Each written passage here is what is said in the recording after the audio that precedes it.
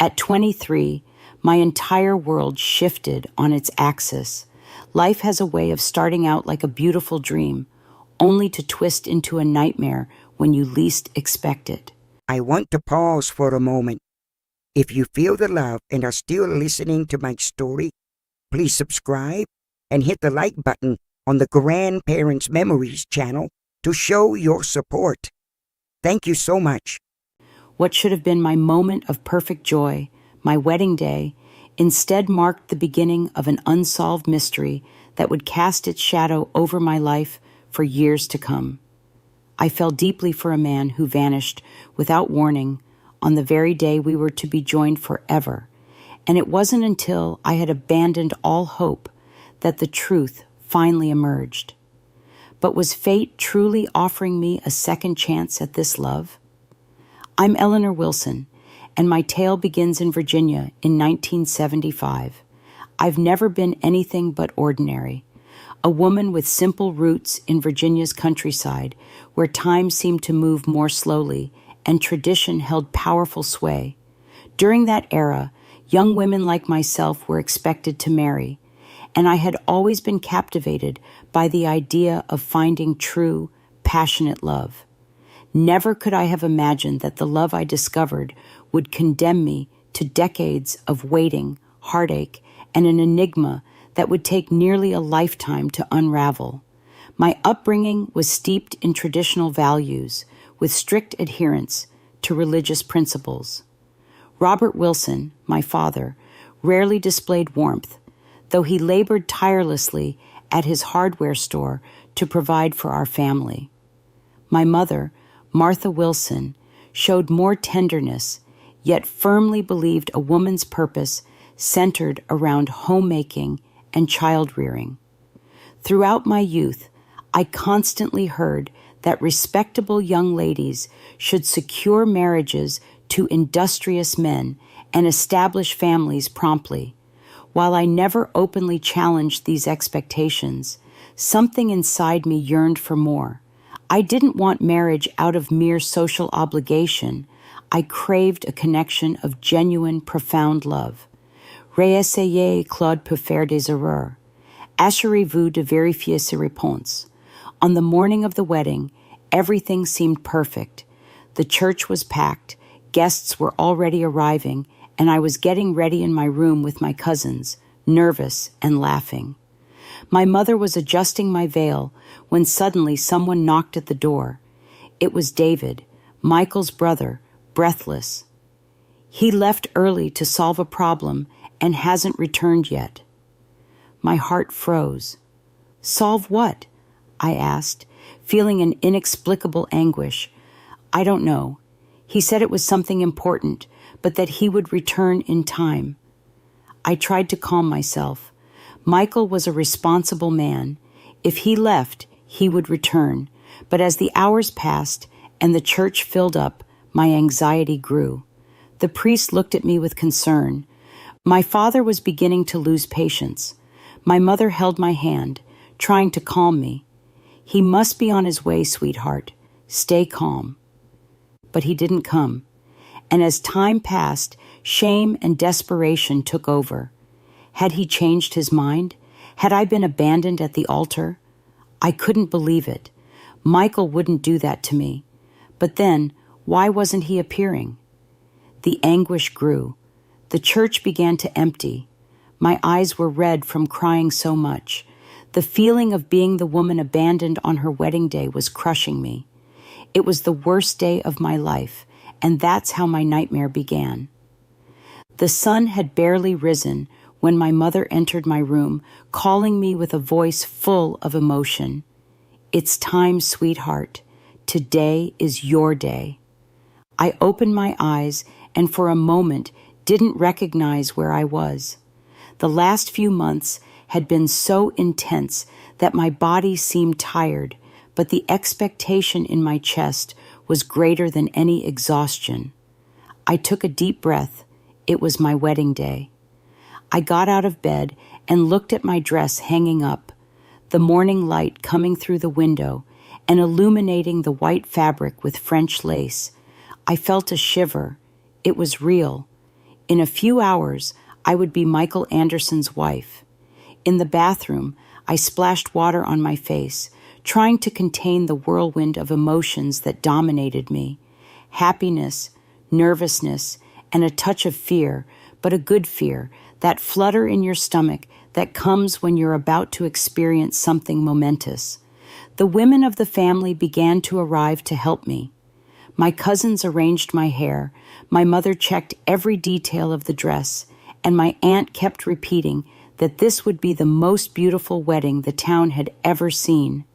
"Michael is a lucky man. You look beautiful, Elle," said my mother, adjusting my veil. I smiled. Yes, I was happy. Yes, I was a lucky woman to have found a man like him. Outside, the church bells were ringing. The town's murmur was growing. My father, dressed in his best suit, paced back and forth in the living room, making sure everything was in order. A daughter's wedding was a matter of honor for a man like him, and nothing could go wrong. Little did we know that everything was about to go wrong. Time was passing, and he wasn't arriving. The ceremony was scheduled for 10 a.m. At 9:30, a young man came running to my house. "The groom hasn't arrived at the church yet." My mother looked at me, surprised. "He must be delayed with something. Nothing to worry about, sweetheart." But time kept passing. 10 minutes, 20, half an hour. At 10:15, Michael's brother David arrived in a hurry, sweaty, eyes wide. He left early to solve a problem, but hasn't returned. The phrase echoed in my mind. "What problem?" I asked, feeling the blood drain from my face. "I don't know. He didn't say. He just mentioned it was something important and that he would return in time." By this point, my father was already impatient. A responsible man doesn't disappear on his wedding day. But I knew Michael. He wouldn't disappear. He wouldn't leave me waiting at the altar. So where was he? The clock marked 10:45, and the church was packed. Guests were murmuring among themselves. Some looked at me with pity. Others seemed eager for some scandal. I remained seated in the living room of my family's house in my wedding dress, hands on my lap. My mother squeezed my hand. "Calm down, my daughter. He will appear." But would he? My mind began to race. What could have happened? An accident? A kidnapping? A panic attack? Or had he simply fled? The thought hit me like a blade to the chest. What if Michael had changed his mind? What if he never loved me the way I loved him? Time seemed frozen, but reality pushed me mercilessly. The priest was already getting impatient. My father was pacing back and forth with a closed expression, and some aunts began to suggest that perhaps it would be better to cancel the ceremony. But I didn't want to cancel. I wanted Michael. Where was he? At 11:30, the atmosphere was no longer one of expectation, but of shame. Some people left, others whispered, and I wanted to bury my head under the veil and disappear. "Maybe he ran away," someone said, a phrase that cut me like a blade. Tears began to fall from my eyes. My mother hugged me, but it didn't help. I felt humiliated, abandoned, betrayed. By this time, the men of the family had begun to search the town for him. They went to his house, to the train station, to the bars. Nothing. No clue.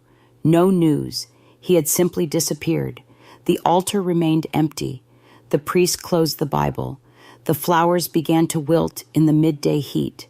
My father took off his jacket and threw it on the chair, defeated. I continued to sit there, alone on my wedding day.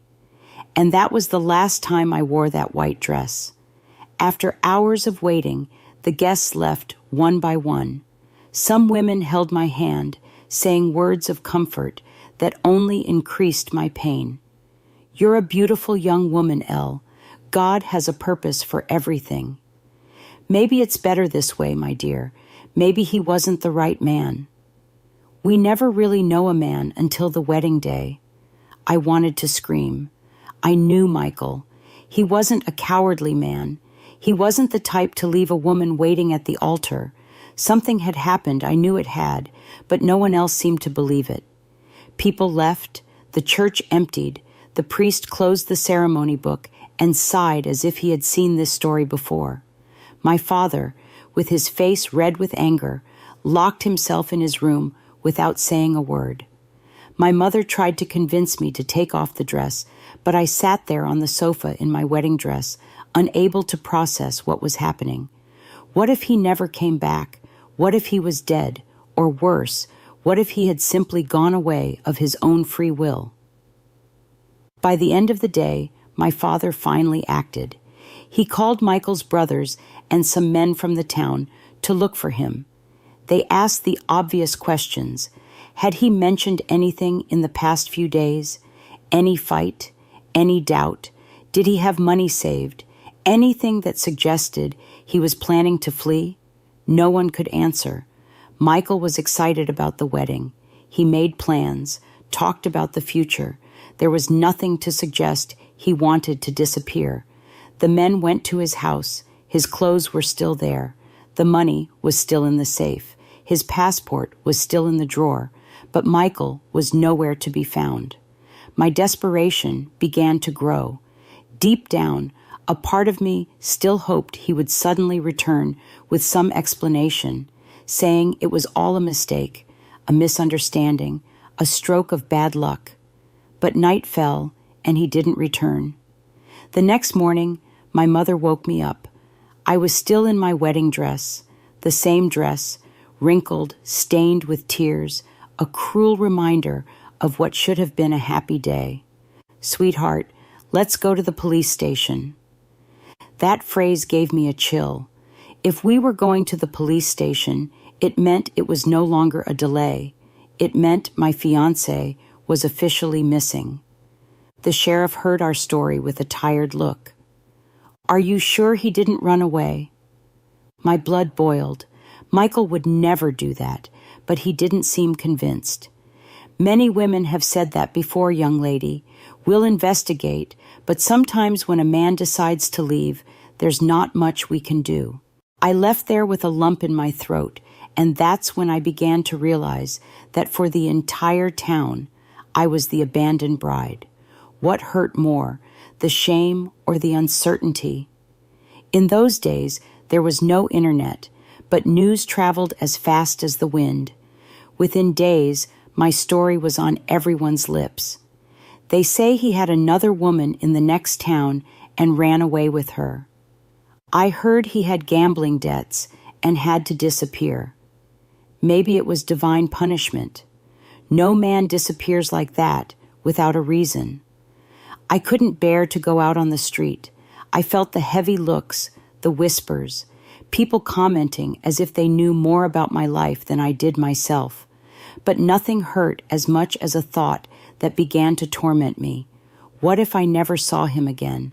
What if he was dead? Each passing day, the pain became more unbearable. The searches continued for weeks, but without any clue. No body was found. No witness appeared saying they saw him leave. It was as if he had been swallowed by the earth. My father began to lose patience. "It's time to move on, Elle." He was a coward. But I couldn't. I couldn't accept that a man disappears on his own wedding day without leaving a trace. Time passed, 5, 10, 20 years, and then a letter arrived, a letter that would change everything. After Michael disappeared, my life was never the same. In the first few months, I still woke up every day hoping he would return. Each knock at the door made my heart race. Each letter that arrived made me hold my breath, thinking it would finally be from him. But time passed, and his silence grew louder than any word could be. The town moved on, if not me. People began to act as if my story was just another forgotten case, something that had already passed. The neighbors no longer whispered so much when I passed by, no longer looked at me with pity, but I knew that deep down, Everyone thought the same thing. Poor thing, abandoned at the altar. My mother tried to cheer me up. My daughter, life hasn't ended. You can still find a good man. But how could I look at another man when the only person I loved had disappeared without a trace? For a long time I waited. Each new day I wondered, where is he? Does he think of me? Is he still alive? And most painfully of all, if he were alive, why had he never returned? As the years passed, my family tried to push me in other directions. My father, practical and rigid, as always, no longer had patience for my sadness. Enough. That man was a coward. Wake up to life. But I didn't believe it. I refused the idea that Michael had simply run away. Something had happened to him. Only the world didn't wait for answers like I did. It simply moved on. My friends began to get married, have children. Some were even becoming grandmothers. And I was still waiting. Until one day, something inside me broke. It was at a Sunday lunch at my sister's house. The children were running around the yard. My mother was chatting animatedly with the in-laws, and everyone seemed happy. That's when I heard one of the aunts saying, Elle lost her youth waiting for a dead man. The shock ran through my body like a knife. Was that what everyone thought? That I had clung to a ghost? For the first time, I allowed myself to think about the possibility that he might never return, and the idea destroyed me inside. In the years that followed, I stopped actively waiting, but that didn't mean I had forgotten. I simply began to live on autopilot, becoming that woman everyone saw as a good daughter, a good aunt, a good neighbor. But I was empty, never aging. My parents tried to introduce me to other men, but I didn't want anyone who wasn't Michael. At 40, I began to accept that I might never know what happened. At 50, I no longer talked about it, and then time turned into decades, until one day a letter arrived, a letter that made all that silence crumble. After Michael's disappearance, my life became an eternal after. After the searches, after the tears, after the shame. But what came after? What remained for someone like me, who lived to love a man who simply disappeared? At 30, they no longer looked at me as the abandoned bride. Now I was just a single woman, marked by the past. People stopped asking about him. Even my mother, who once tried to console me, no longer mentioned his name. And that hurt, because, to me, he still existed. I never stopped imagining him somewhere, perhaps without memory, perhaps trapped in a life he didn't choose. I felt that he hadn't forgotten me, but what to do with that feeling? I tried to move on. I swear I tried. My family never accepted my solitude. Elle, you're still young. Meet someone, get married, have children. My mother even organized meetings with respectable men, but no one was Michael. Each look, each conversation, each marriage proposal made me feel as if I were betraying a silent promise. I want to pause for a moment. If you feel the love and are still listening to my story, please subscribe and hit the like button on the Grandparents Memories channel to show your support. Thank you so much. And then, with time, I stopped trying. I resigned myself to living for others. I lived to care for my mother when she got sick, lived to help my nieces choose their wedding dresses, lived to celebrate the birthdays of the family's children. But I didn't live for myself because I knew that something inside me was stuck in the past. Time passed. My sisters got married, had children, grandchildren. I remained there, in the same house, in the same room where I had prepared for the wedding that never happened. The walls seemed to whisper the story that everyone tried to forget. There was a chest at the bottom of my wardrobe. Inside it, the wedding dress. I never had the courage to throw it away, never had the courage to look at it. Sometimes I caught myself thinking, what if I had married another man?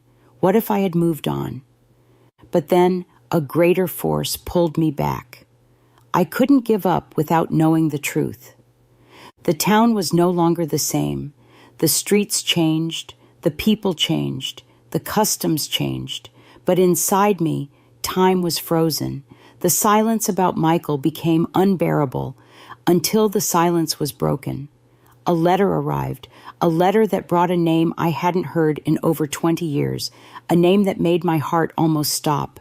The envelope was simple, without a return address, and was left at my door as if it were just another ordinary paper.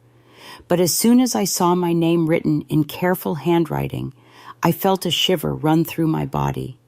My fingers trembled as I tore the paper, and what I found inside made my heart stop for a moment. Elle, you may not recognize me, but there's something you need to know. The letter was short, direct, and carried a name I hadn't seen in over 20 years, a name I never forgot. Michael. I felt my body weaken, as if suddenly all the strength that kept me standing had disappeared. I read those words again and again, trying to understand if it was real or just a cruel joke of fate. The paper seemed to vibrate between my fingers as if it were burning, bringing back memories I had tried to bury. My mind entered a whirlwind. How could someone write that name after so many years? How did someone dare to mess with my story, with a pain that never healed? My first instinct was to believe it was a mistake, a confusion, any coincidence. But then my eyes found the stamp in the corner of the envelope. It was from a psychiatric hospital, Riverside Psychiatric Hospital. My chest tightened. I felt a lump in my throat and needed to sit down before my legs gave way. A psychiatric hospital? What did that mean? The questions began to hammer my head, each one more desperate than the last. Was he institutionalized all this time? Lost, alive but without memory? The answers seemed so close, and yet unreachable. My eyes burned, a mixture of anger, fear, and hope mixing inside me. For years, I tried to move on. For years, I fought against the memory of him. And now fate was pulling me back to the past, forcing me to face something I no longer knew if I was strong enough to bear. The decision to go to the hospital wasn't easy. I spent the night awake, holding that letter against my chest, feeling the weight of everything it represented. If I walked through those doors, if I saw with my own eyes that Michael was alive, that somehow he existed all this time, what would that do to me? What if he was there but didn't remember me? What if I was just a ghost from the past, a woman he would never recognize? But I knew I couldn't live the rest of my life without knowing the truth. I needed to see him, needed to hear his voice, look into his eyes, and understand what really happened on what should have been the happiest day of my life. The next morning, I took courage. I dressed simply but dignified, took the letter, held it firmly, and left home with a heart that beat so strongly it seemed to want to escape from my chest. The hospital was in another town, an old building with high walls and small windows. The smell of disinfectant mixed with old memories hung in the air, and I felt a chill as I crossed the reception. My name was already registered. They were expecting me. A nurse guided me through white, silent corridors, each step echoing like a dull beat inside my chest. My heart hammered against my ribs while my mind tried to prepare for what was about to happen. Then she stopped in front of a door. "He's in here," said the woman, with a look that seemed to carry the weight of what I was about to see. For a moment, my hands went cold with sweat. The reality of the situation fell on me like an avalanche. What did I expect? That he would be there waiting for me, smiling, calling me by name? time doesn't forgive. Time changes people, steals stories, erases faces. I took a deep breath and entered. The man was sitting near the window, looking outside. His hair was shorter, mixed with gray strands, and his body seemed thinner, fragile. For a second, my mind refused to accept it. My heart wanted to deny it. But then he turned his face, and I knew it was Michael.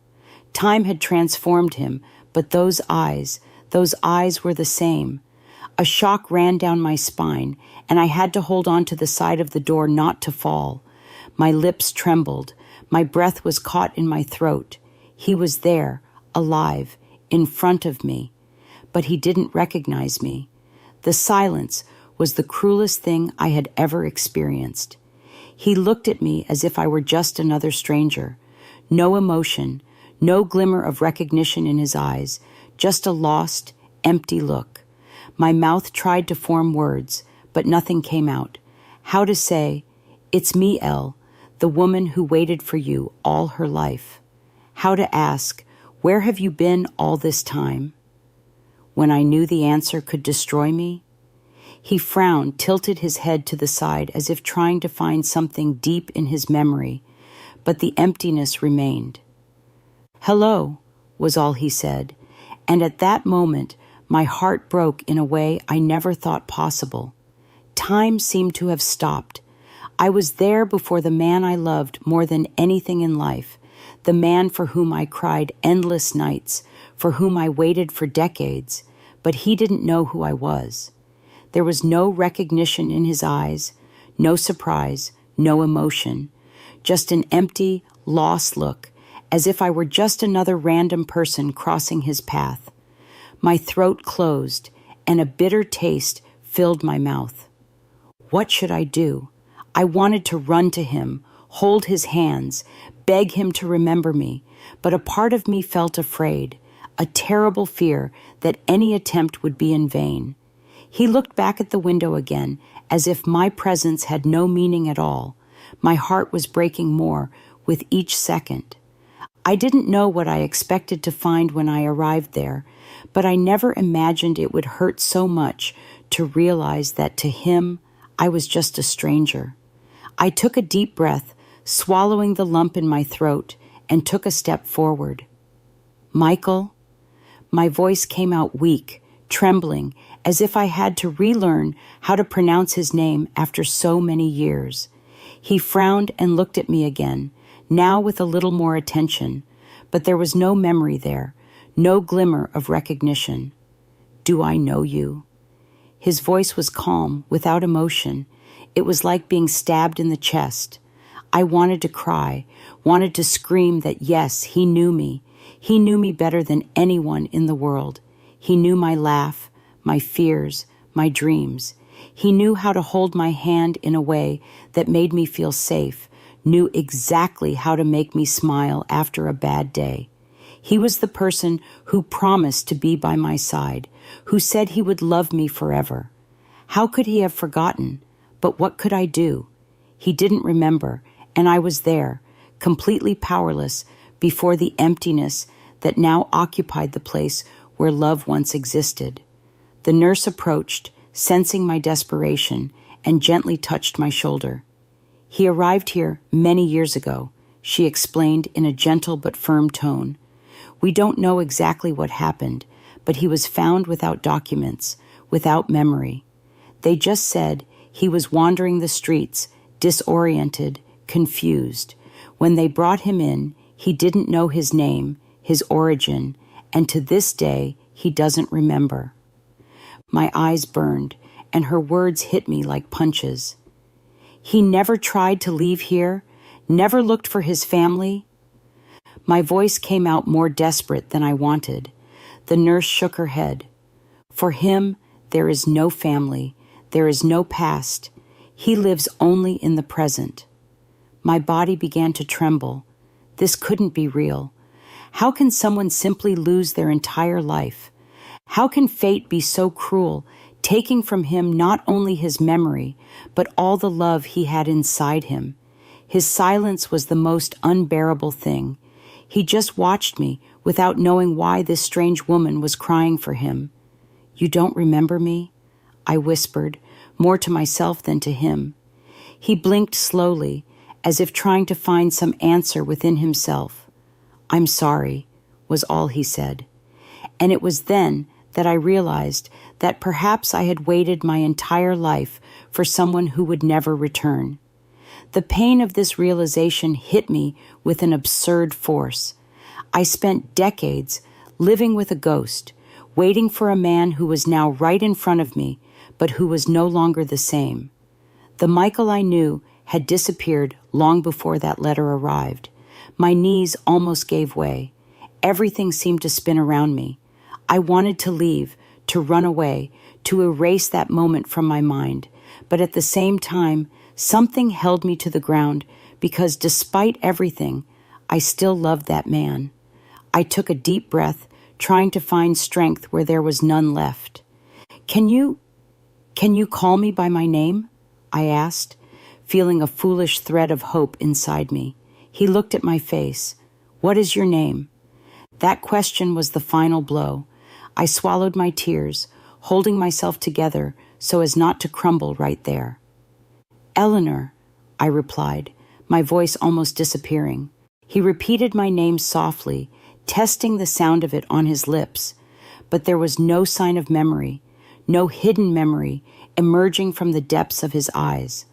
I knew that would be the greatest pain of my life, and I also knew that from then on, I would need to make the most difficult decision of all, insist on trying to bring him back, even though he might never recognize me, or finally accept that the Michael I loved no longer existed.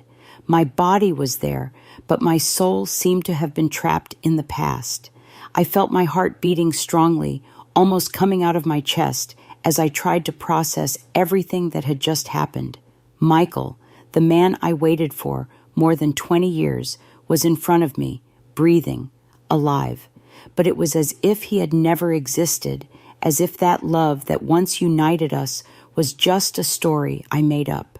I wanted to scream. I wanted to hold his face in my hands, look deep into his eyes, and shake him until he remembered everything. But what I had before me was a man with an empty gaze, lost in a time I didn't know. The Michael I loved had been left behind along with my wedding dress stored at the bottom of the wardrobe, along with the promises of a life that never happened. The nurse watched in silence. I think she had seen scenes like this before.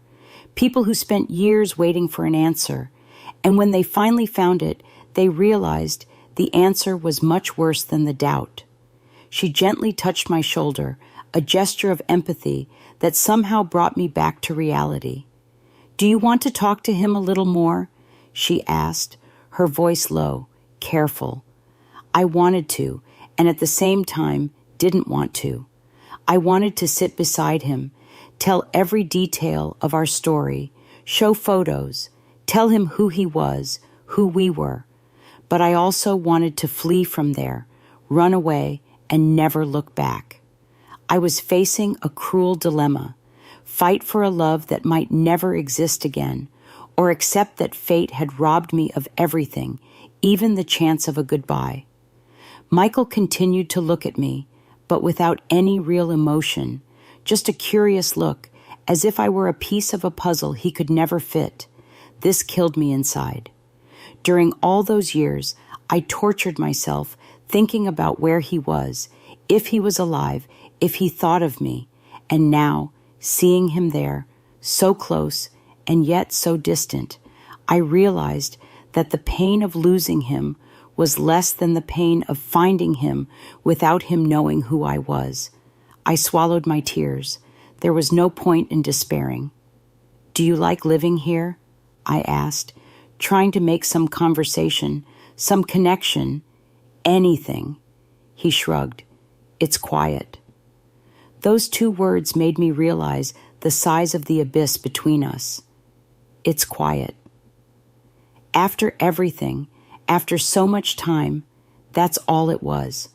I wanted him to say he missed something, that there was a hole inside him, that he had strange dreams about a woman he didn't know. But there was nothing, just that dry and resigned response. I closed my eyes for a moment, trying to find strength. You never tried to remember your past, to know who you were before coming here. He hesitated for a moment. I think I tried at the beginning, but then I accepted that maybe it's better this way. My heart crumbled. I spent half my life looking for him, wanting answers, and he simply accepted forgetting. The nurse interrupted with a careful tone. He has no memory of what happened before he was found. We tried therapy, we tried clues, but nothing brought back the memories.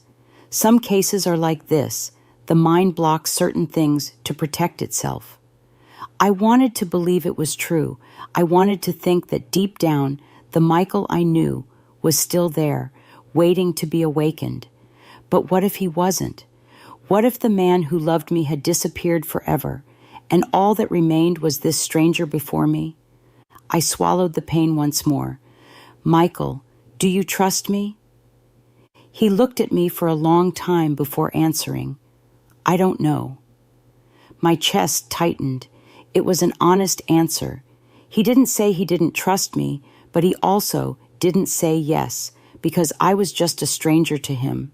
I tried to smile, even feeling my soul shattered.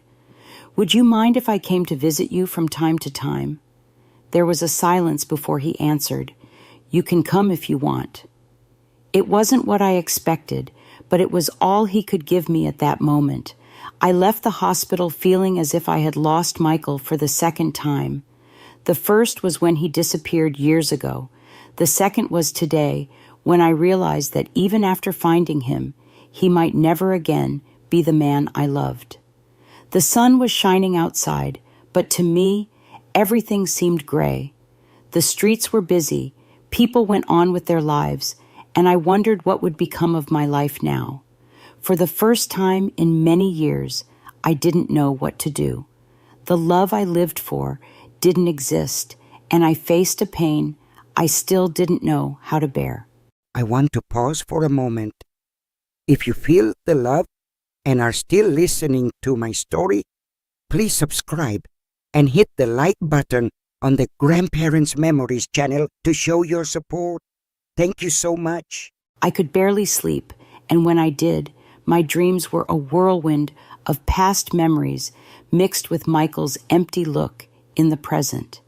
It was as if my heart and mind were trapped between two realities, that of the love that once existed and that of the emptiness that now occupied its place. I tried to act as if nothing had changed. My routine remained the same. I woke up early, had my coffee, took care of the house.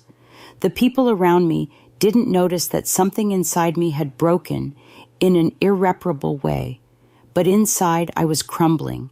I had felt pain before, had experienced the loneliness of not knowing where Michael was. But now it was different. Now I knew.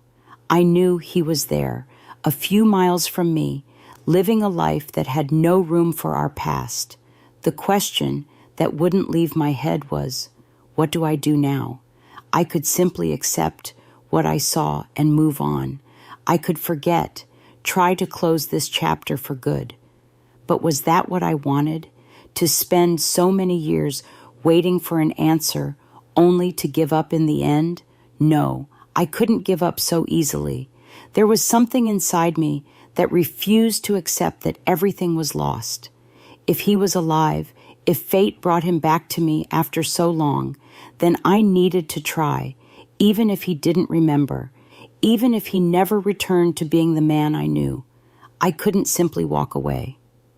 The following week, I returned to the hospital. This time, my heart didn't beat as desperately as before. I already knew what I would find. I no longer expected to see him suddenly recognizing me, nor did I expect a miracle. But I wanted to see him again. I needed to. When I arrived, the same nurse greeted me with a gentle look. He's in the garden today. He spends a lot of time there. I followed the corridor to the outdoor area where I found Michael sitting on a bench, observing the trees. The wind gently moved his hair, and for a moment he seemed peaceful, oblivious to the world around him. I took a deep breath before approaching. "Hello, Michael." He raised his eyes to me and frowned, as if trying to remember where he knew me from. "You came back." A small relief ran through my chest. He didn't remember who I was, but at least he recognized that I had been there before. "Yes, may I sit?" He nodded slowly, and I occupied the space beside him. We remained silent for a while. What should I say? I wanted to tell everything, wanted to talk about our past, wanted to say that I had spent my life waiting for him, but something inside me told me that wasn't the best approach. I needed to go slowly. "How has your life been here?" I asked, trying to keep my voice light, without showing the weight of what I felt. He shrugged. "I don't know. I guess I've gotten used to it. It's strange to think I had another life before this." My chest tightened. "And you never miss something?" He took time to answer. "Sometimes I have dreams, but they don't make sense. They're just flashes, faces I can't identify, sensations. But I don't know if they're real memories or just things my mind made up." My heart accelerated. Could it be that somehow he still kept parts of our past within him? Could these pieces come together again with time? "Do you feel like something was left behind?" He turned his face to me, analyzing me, as if trying to find the answer within me. "Maybe, but what if I never remember?" That question caught me by surprise. What if he never remembered?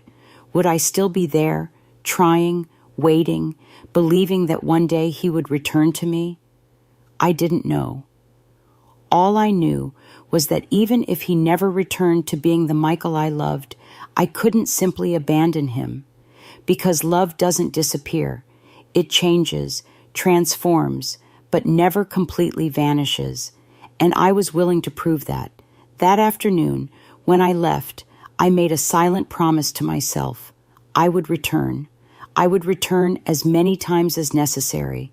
If fate brought me to him again, then I would do whatever was in my power to recover, even if it was just a fragment of what we once were. I wouldn't give up because even if he no longer knew who I was, I had never forgotten him. Days turned into weeks, and weeks turned into months. I returned to the hospital regularly. At first, I just observed Michael from afar, not quite knowing what to do or say. I was afraid of pressuring him, of scaring him, of forcing something that perhaps could never be recovered. But with time, our coexistence became part of my routine. He didn't ask much about me. It was as if he was used to having my presence there, but without worrying about understanding why. Sometimes we talked about simple things, the weather, the birds in the garden, the taste of the hospital food. Other times, we just remained in silence. I wondered what was going through his head. Was there, in some corner of his mind, a memory trying to resurface? Or was the man I knew simply gone? There were good days and bad days. On some, he seemed calm, even comfortable with my presence. On others, he was more distant, confused, as if something inside him was trying to fight against a past he didn't understand. It was in these moments that my heart tightened more. I wanted to tell everything, wanted to shout that he had been my great love, that I had spent my life waiting for him. But there was something inside me that prevented me, the fear that even knowing everything, he would still choose not to remember. One afternoon, when I was about to leave, Michael surprised me by calling me by name. It was the first time he had done that without me needing to remind him. "Eleanor," my heart raced. "Yes?" He hesitated, as if wanting to say something, but not knowing how, then looked away and shook his head. "Nothing." But it wasn't nothing. I knew it wasn't. From that day on, something began to change. He started to observe me with more attention, as if trying to find something familiar in me. Sometimes I caught him staring at me for long seconds, and when our eyes met, he quickly looked away, confused, until one afternoon he asked the question I most feared. Was I married? My heart stopped for an instant. What should I say? If I told the truth, would it help him remember, or would it only increase his confusion? I swallowed hard. No, you never got married. He frowned. But I was going to get married. That question carried a weight he couldn't imagine. Yes, I whispered, almost without the strength to say it aloud. He looked at me for a long time, and I felt that moment could change everything, as if something inside him was about to awaken. But then he just nodded and went back to looking at his hands. I see. That's all. My chest tightened. He didn't ask who the woman was he was supposed to marry. He didn't ask for more details. He just accepted that information as if it were a distant fact, something that didn't concern him. That night, I cried as I hadn't cried in years. I realized that perhaps, no matter how much I tried, no matter how much I was there every day, Michael would never return to who he was. And I needed to decide what to do with that. In the days that followed, my mind was consumed by a single question. How far was I willing to go? I could continue there, insisting, waiting, trying to make him remember. But what if that never happened? Was I willing to spend the rest of my life living for a love that might never be reciprocated?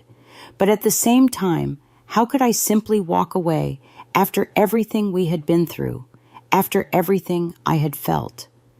Could I abandon Michael for the second time? The dilemma consumed me until, on a Sunday morning, something happened that made me make a decision. I arrived at the hospital and found Michael in the garden as usual, but this time he wasn't alone. A woman was talking to him. She seemed younger than me, well-dressed, her eyes shining with excitement. "Do you like music?" she asked him. "I don't know," he replied, with that tone of someone who doesn't remember their own taste. "I'm a piano teacher. If you want, I can play for you someday." That's when Michael smiled, a small, discreet smile, but a smile. I felt something break inside me. During all those months, I tried to draw a smile like that from him. I tried to bring back the man he was, tried to find some trace of the love we shared. But there he was, smiling at another woman, as if life was just beginning for him. And maybe it was. Maybe Michael had a new chance, a blank page. And maybe I needed to accept that this new story didn't include the past we shared. When the woman walked away, he noticed my presence. "Hi, Elle." He called me by name again, but for the first time, it didn't warm my heart. Because I knew he wasn't calling me as someone who remembered me. He was calling me as someone who merely recognized a familiar presence. I sat beside him on the bench. For long minutes, neither of us said anything. Then I took a deep breath and looked at him. "Michael, are you happy here?" He blinked, surprised by the question. "I think so." That was all I needed to hear. I held his hand for a moment, feeling its warmth for the last time. Then that's what matters. He frowned, confused, but I just smiled, a farewell smile. I got up and walked toward the hospital exit without looking back. This time, I knew I wouldn't return. I had spent my life waiting for Michael, but at that moment, I realized that maybe it was time to stop waiting. Maybe it was finally my turn to live.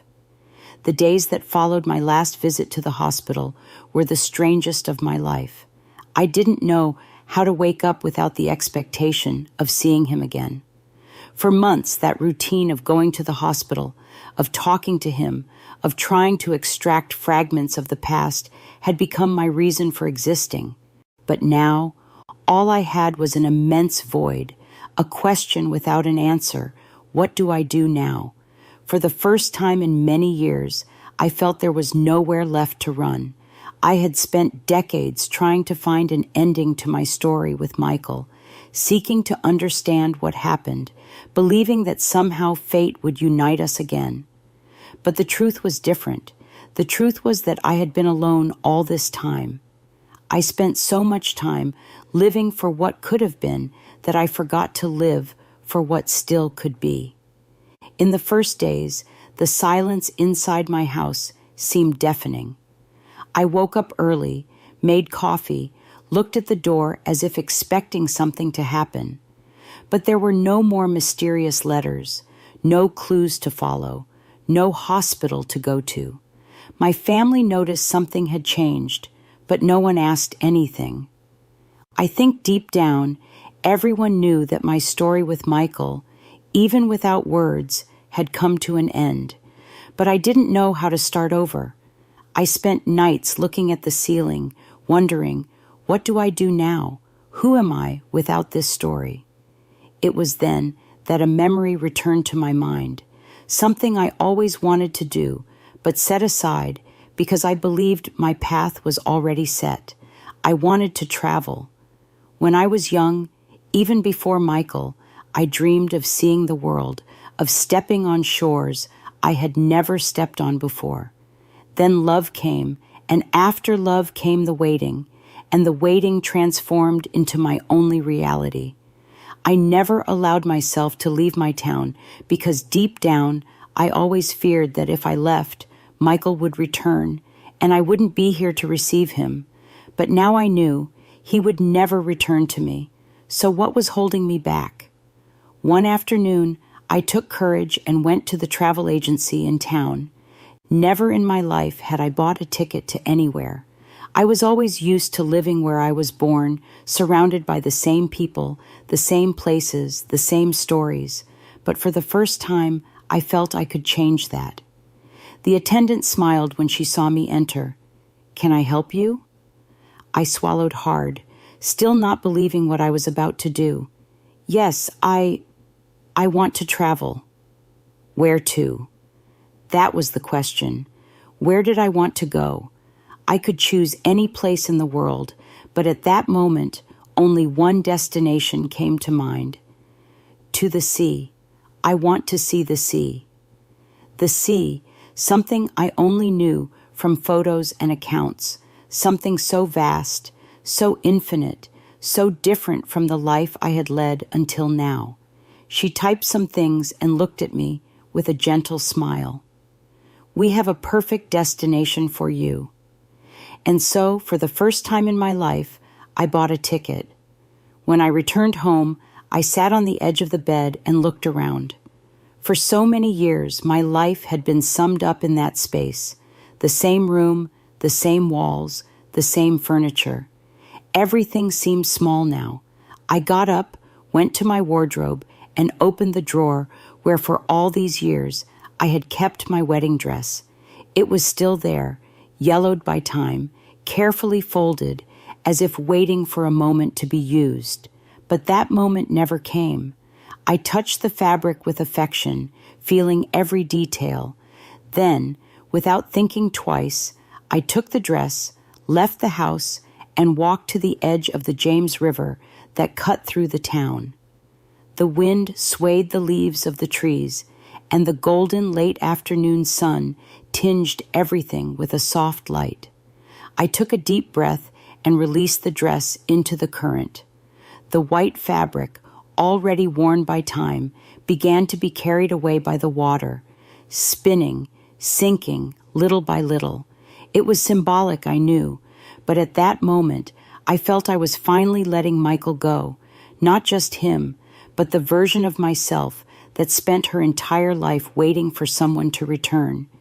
The dress followed the river downstream until it completely disappeared from my sight, and with it, a part of me also went. When I returned home, I looked at my open suitcase on the bed. This time, it wasn't a suitcase of memories. It wasn't a chest of memories. It was a suitcase for a future that for the first time I was ready to live. The next morning, I took the train toward Virginia Beach.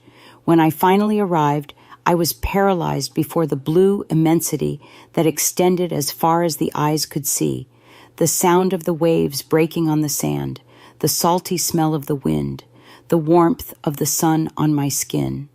It was all new to me. I walked to the edge of the beach and let the water touch my feet. And it was there, looking at the horizon, that I finally felt something I hadn't felt in years: peace. Michael was the love of my life, but the love of my life couldn't just be him. The love of my life also needed to be myself, and I was finally ready to love myself enough to move forward, because life was still waiting for me. The smell of the sea still lingered on my skin when I returned to my town. Something inside me had changed. Although I still didn't know exactly how to name what it was, I felt lighter, as if I had left an immense weight behind. I want to pause for a moment. If you feel the love and are still listening to my story, please subscribe and hit the like button on the Grandparents Memories channel to show your support. Thank you so much. But at the same time, there was a void where the love that sustained me for so long once was. It was a strange mixture of freedom and mourning. In the first days after the trip, I walked the streets of the town and noticed how everything seemed smaller, not because the buildings had shrunk or the squares had diminished, but because I had changed. My eyes had seen something beyond the limits that surrounded me all my life, and now that world that was once everything to me no longer seemed enough. My routine returned to normal, but the truth is that I was no longer the same. The silence that once suffocated me now seemed to be an invitation to start over. One morning, while having coffee on the porch, I saw an envelope at the door. My heart raced for a brief moment. For years, I lived waiting for letters that never came, but this time, I knew it wasn't from him. Michael was no longer part of my life. I picked up the envelope with firm hands, without tremors, without fear. The sender's name was that of the hospital. I closed my eyes and took a deep breath before opening the letter. It was short. "He asked about you this morning." My eyes ran over the words again, trying to absorb the meaning of it. He asked about me? But why? I sat down slowly, feeling the ground slip from under my feet. I spent months by his side, waiting for some trace of memory, wishing for a look that would recognize me, silently begging for him to find me amid the fog that covered his mind. And now, just now, when I had finally left everything behind, he was asking about me? My first reaction was a knot in my chest, an impulse to run back to the hospital and see him one more time. But then something inside me resisted. I had spent so much time living for the memory of a love that might never return. Now that I was finally free, should I open that door again? Deep down, I knew that if I returned, I would risk being swallowed by all that again. But what if it was my last chance? I spent the rest of the day lost in thoughts. My feet wanted to move forward, but my heart was still attached to that name, that face, that love that never completely died. The next morning, before I could change my mind, I went to the hospital. As I entered, I felt the heavy air loaded with memories. Each step took me back to all the days I spent there, waiting for something that never happened. The nurse received me with a soft smile. "He's in the room. Do you want to see him?" I nodded, but my hands were cold. I walked through the familiar corridors to the door that led to Michael's room. I took a deep breath before entering. He was sitting on the bed, looking at nothing, but when he saw me, his eyes lit up, and he opened a small smile. "You came back." It wasn't a tone of surprise. It was as if he knew that sooner or later I would return. I sat in the chair beside him. I didn't know what to say. He looked at me for a long time, his eyes slightly narrowed, as if trying to understand something that was beyond his reach. I dreamed about you. My heart skipped a beat. You dreamed? He nodded slowly. You were in white, but you didn't seem happy. My chest tightened. He didn't know it, but he was describing exactly how I felt on our wedding day. I swallowed hard. What else do you remember? He looked away, confused. I don't know. I just feel that you were important, but I don't know why. Tears burned in my eyes. For a moment, a part of me wanted to grab that thread of memory and pull it with all my strength, forcing him to remember everything. But another part knew that wasn't fair. He was no longer the same, and neither was I. I took a deep breath, holding his hand for a brief moment. It's okay, Michael. You don't need to remember. He looked at me, and for a moment, I thought I saw a glimpse of emotion in his eyes. Are you happy? He asked. That question caught me by surprise. For the first time in years, I thought about the answer without hesitation. I smiled slightly. Yes. He nodded slowly, as if absorbing that. We remained silent for a few minutes, just feeling each other's presence. It wasn't a heavy silence, full of expectations and pain, like those we had already shared. It was a silence of acceptance. I knew at that moment that I didn't need to return there again, not because I didn't love him anymore, but because I finally understood that love sometimes doesn't need a perfect ending to be real. He was part of me, always would be, but my life was no longer tied to him. I got up slowly, squeezing his hand one last time. Take care, Michael. He smiled slightly. You too, Elle. And with that, I left the room, walking out of the hospital, out of that part of my life, with the certainty that I was finally free. The love I had for him was great, was strong, was real. But now it was time to love myself, and this time I wouldn't wait for anything from anyone else, only from myself. As each day passed, what had begun as a fleeting thought slowly crystallized into a concrete plan. Then, on what seemed like just another ordinary morning, I purchased my ticket. This journey wasn't merely to glimpse the ocean. This time, my ambitions stretched far beyond that modest goal. I yearned to explore destinations that had previously existed only in my imagination. I longed to wander through unfamiliar thoroughfares, inhale exotic aromas, and savor cuisines that had never crossed my palate. But most importantly, I was desperate to uncover who I might become now that I had shed the burden of a past that had never truly been mine to carry. When departure day arrived, I deliberately left my house at dawn, relishing the crisp morning breeze against my skin.